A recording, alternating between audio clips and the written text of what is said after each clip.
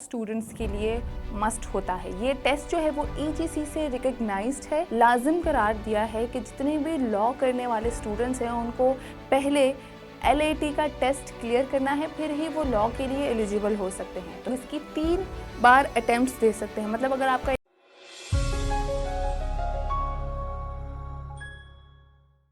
अस्सलाम वालेकुम dear students, I hope you all fine and doing great in your life. आज मैं एक और इम्पॉर्टेंट टेस्ट के बारे में डिस्कशन करूंगी आप लोगों के साथ, जिसका नाम है एलएटी टेस्ट, लैट का टेस्ट।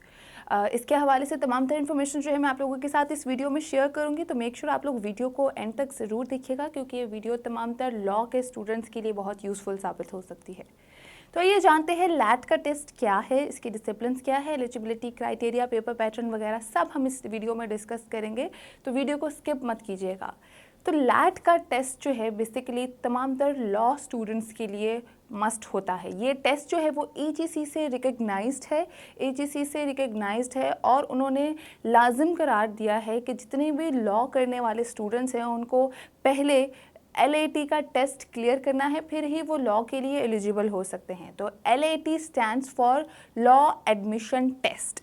तो 2022 की डेट्स भी जो हैं वो इसकी आ चुकी हैं, तो अभी भी बच्चे जो टेस्ट देना चाहते हैं इसकी प्रॉपर तैयारी करें और वो ज़रूर इसका टेस्ट दें। तो अब लॉ के बारे में हमने जान लिया कि इसकी एब्रीवेशन क्या है लैट की, और अब मैं आप लोगों को बताऊं कि ये मस्ट है। तमाम तर गवर्नमेंट और प्राइवेट यूनिवर्सिटीज़ जो हैं इस टेस्ट के बगैर नहीं आप लोगों को एडमिशन देती अपनी यूनिवर्सिटी और अपने कॉलेजेस में। तो बहुत ये मस्ट है, आप लोगों को मैंने बताया है। पहले होता था कि 3 साल का लॉ भी होता था और 5 साल का भी होता था। अब जो है वो 5 ईयर एलएलबी प्रोग्राम होता है, और इसके लिए जो है एजीसी ने लाजिम कराया है कि आप लोगों ने इस टेस्ट को पास करके विद मिनिमम मार्क्स 50% आप लोग पास करके ही एलिजिबल हो सकते हैं, चाहे वो प्राइवेट यूनिवर्सिटीज़ हो चाहे वो गवर्नमेंट यूनिवर्सिटीज़ हों। तो ये तो हो गई एक ब्रीफ सी डिस्क्रिप्शन। अब मैं आप लोगों को बताती हूँ कि डिसिप्लिन्स इसके कौन कौन से ऐड होते हैं, मतलब इसको किस किस डिग्री में हम यूज़ कर सकते हैं। तो लैट का टेस्ट है which stands for law admission test. तो हम सिर्फ एलएलबी 5 ईयर प्रोग्राम के लिए ही इस टेस्ट को यूज़ कर सकते हैं। स्टूडेंट्स होते हैं जो लॉ से रेलिवेंट और डिग्रीज़ होती हैं उसके लिए भी वो समझते हैं कि हम लोगों ने एलआईटी का टेस्ट दिया हुआ है तो हम लोग एलिजिबल हैं, हम लोग इसमें भी यूज़ कर सकते हैं, मगर ऐसा नहीं है। लैट का जो टेस्ट है वो सिर्फ और सिर्फ एलएलबी 5 ईयर डिग्री प्रोग्राम के साथ ही एसोसिएटेड है, जो कि एचईसी से रिकग्नाइज्ड है। अब मैं आप लोगों को बताती हूँ इस टेस्ट की ड्यूरेशन क्या है और हम कितनी अटैम्प्ट्स दे सकते हैं इस टेस्ट की। सो लॉ का टेस्ट है, इंटरमीडिएट करके स्टूडेंट्स आते हैं तो उनको आइडिया नहीं होता कि लॉ के बारे में क्या क्वेश्चंस आते हैं, क्या चीज़ें आती हैं। तो मैं आगे फर्दर पेपर पैटर्न भी बताऊंगी, सिलेबस भी बताऊंगी, और ये भी बताऊंगी कि आप लोग तैयारी कहाँ से कर सकते हैं प्रॉपर तरीके से। वो फर्दर स्टेप बाय स्टेप मैं आप लोगों को चीज़ें बताती हूँ। अब पहले मैं आपको ड्यूरेशन और इसके अटैम्प्ट्स के बारे में बता रही थी कि इसकी जो ड्यूरेशन है टेस्ट की वो 3.5 घंटे का पेपर है। मतलब आप अंदाज़ा लगा सकते हैं कि टेस्ट जो है वो थोड़ा लेंथी होगा, इसीलिए 3.5 घंटे का पेपर है। यूजुअली 2 घंटे 10 मिनट इतना टाइम आप लोगों को एग्ज़ाम के लिए दिया जाता है, मगर ये 3.5 आवर्स का पेपर है, जिसके टोटल मिनट्स जो हैं वो 210 बनते हैं। और इसके अलावा आपको 20 मिनट्स इसी टाइम में रिवीजन के दिए जाते हैं कि आप लोग एक दफ़ा अपना पेपर रिवाइज़ कर ले, ईजीली रीड कर ले उसको। और आप लोग अब इसकी अटैम्प्ट्स कितनी दे सकते हैं, आप लोग इसकी 3 बार अटैम्प्ट्स दे सकते हैं। मतलब अगर आपका एक बार क्लियर नहीं हुआ तो आप लोग 2 और 3 दफ़ा टेस्ट इसकी अटैम्प्ट कर सकते हैं। 2 और चांसेस होते हैं आप लोगों के पास, मगर ज़रूरी ये है कि आप लोग 1 साल के अंदर ही इसकी तीनों अटैम्प्ट्स दें।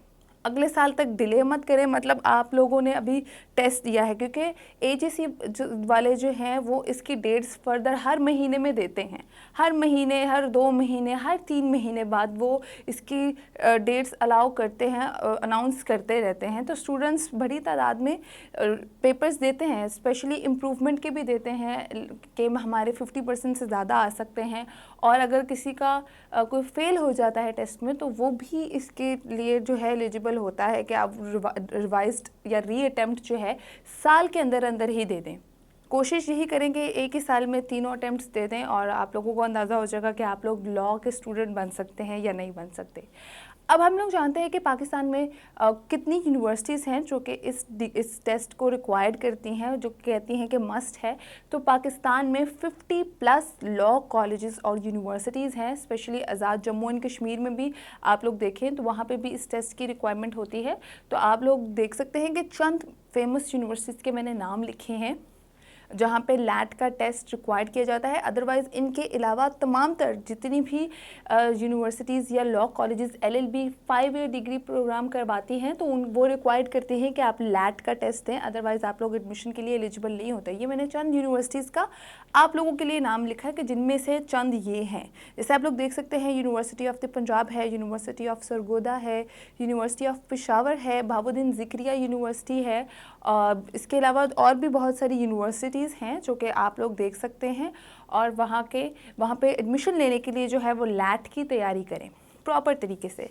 ये तो हो गई मैंने आप लोगों को बताई यूनिवर्सिटीज़ की लिस्ट। अब हम फर्दर प्रोसीजर्स जानते हैं कि इसकी फ़ीस क्या है, इसकी रजिस्ट्रेशन कैसे है करनी है, मतलब प्रोसेस टू अप्लाई क्या करना है, और इसका सिलेबस और पेपर पैटर्न मैं आप लोगों के साथ शेयर करती हूँ। तो आप लोगों को मैं इसकी फ़ीस बता दूँ। इस टेस्ट की जो फ़ीस है 2022 के अकॉर्डिंग वो 1250 रुपये है। पहले 1000 रुपये होती थी 2020 तक, अब जो है वो 1250 रुपये है। आप लोग जो है इसकी फ़ीस रिक्वायर्ड बैंक्स में जाके जो भी वो रिक्वायर्ड करेंगे या ATM के थ्रू या ऑनलाइन ट्रांजेक्शन्स के थ्रू जो है आप लोग ट्रांजेक्शन्स करवा सकते हैं और अपनी फ़ीस जो है 1250 रुपये इसकी फ़ीस है वो सबमिट करवा सकते हैं। अब मैं आप लोगों को बताती हूँ कि आप लोगों ने फ़ीसेस कहाँ कहाँ सबमिट करवानी है और प्रोसीजर टू अप्लाई क्या है इसका। तो प्रोसीजर यही है, रजिस्ट्रेशन करनी है आप लोगों ने जाना है AGC की ऑफिशियल वेबसाइट पे सबसे पहले, जिसका लिंक मैंने आप लोगों के लिए मेंशन किया है, आप लोग स्क्रीन पे देख सकते हैं, विच इज़ ele.agc.government.pk।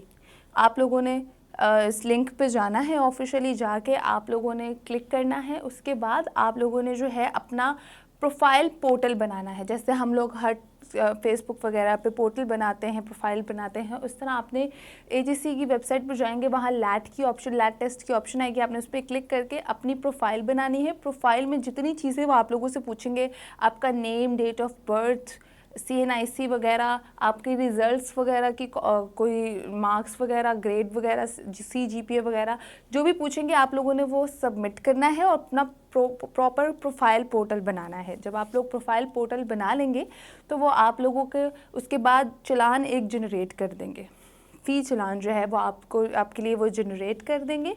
जब आपका फ़ी चालान जनरेट हो जाएगा तो आप लोगों के पास ऑप्शन होगी कि आप लोग बाय हैंड बैंक्स में जाके जो है वो अपनी फ़ीस सबमिट करवाना चाहते हैं या ऑनलाइन सबमिशन करवाना चाहते हैं थ्रू ATM कार्ड या ऑनलाइन ट्रांजेक्शन्स वगैरह करवा के। तो बैंक्स की डिटेल वो आप लोगों को वहाँ बता देंगे। बेसिकली मुझे जहाँ तक पता है कि आप लोग हबीब बैंक लिमिटेड की HBL की ब्रांच में, किसी भी ब्रांच में जाके बाय हैंड आप लोग सबमिशन करवा सकते हैं अपनी फ़ीस की। तो जब आप लोग फ़ीस सबमिट करवा लेंगे, चाहे ऑनलाइन या वॉक इन के थ्रू, तो आप लोगों ने आके बस अपने चालान की जो कॉपी है वो आप लोगों ने पोर्टल पे अपलोड करनी है ताकि उन लोगों को पता चल जाए। फर्दर प्रोसीजर में आप लोगों ने यही करना है कि आप लोगों ने देखना है कि आप लोगों के लिए डेट्स क्या आ रही हैं।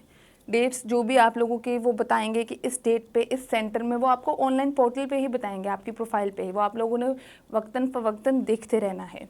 ठीक है, तो ये है तरीका प्रोसीजर टू अप्लाई का। अब मैं आप लोगों को बताती हूँ कि इस टेस्ट के लिए कौन कौन से स्टूडेंट्स एलिजिबल हैं। तो स्टूडेंट्स जिन्होंने अपने मैट्रिकुलेशन के मार्क्स 50% अबव लिए हैं, AGC से रिकग्नाइज्ड डिग्री के साथ, मतलब बोर्ड के एग्ज़ाम्स दे के 50% अबव मार्क्स लिए हैं, तो वो लोग एलिजिबल हैं। और इसके अलावा आप लोगों की 12 ईयर ऑफ एजुकेशन कंप्लीट होनी चाहिए, मतलब इंटरमीडिएट कंप्लीट होना चाहिए। अदरवाइज़ अगर आपका इंटरमीडिएट नहीं होता 50% मार्क्स के साथ ही, तो आप लोग एलिजिबल नहीं होते इस टेस्ट को देने के लिए। तो आप लोगों के लिए ज़रूरी है मैट्रिक 50% मार्क्स के साथ पास किया हो और इंटरमीडिएट भी कंप्लीट किया हो विद 50% मार्क्स और अबव। ठीक है, ये 2 एलिजिबिलिटी क्राइटेरियाज है।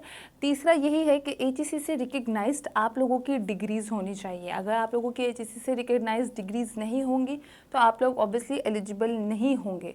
अच्छा, मैट्रिक में ज़रूरी है कि आप लोगों ने बायो या साइंस रखा हो। आर्ट्स के स्टूडेंट्स के लिए ये टेस्ट देना मुश्किल होता है, तो इसीलिए ज़रूरी है कि आप लोगों ने बायो या साइंस का जो है सब्जेक्ट रखा हो। उसके अलावा लास्ट एलिजिबिलिटी क्राइटेरिया यही है कि ये सिर्फ पाकिस्तानी स्टूडेंट्स के लिए टेस्ट होता है। अगर आप लोगों का ताल्लुक़ पाकिस्तान से बाहर है तो आप लोग टेस्ट के लिए एलिजिबल नहीं हैं। ठीक है, ये बहुत ज़रूरी है आप लोगों को जानना। स्पेशली एक और बात जो एलिजिबिलिटी क्राइटेरिया में ही आती है कि आप लोगों ने प्रॉपर अपनी इन्फॉर्मेशन जो है, जैसे मैंने ऊपर आप लोगों को प्रोसीजर टू अप्लाई बताया, प्रॉपर अपनी हर इन्फॉर्मेशन देनी है, कुछ भी इनकम्प्लीट नहीं छोड़ना।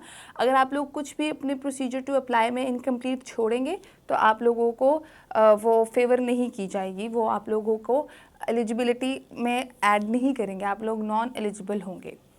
तो अब हम लोग जानते हैं कि इसका पेपर पैटर्न क्या है और इसका सिलेबस क्या है और आप लोग तैयारी जो है इस टेस्ट की कहाँ से कर सकते हैं।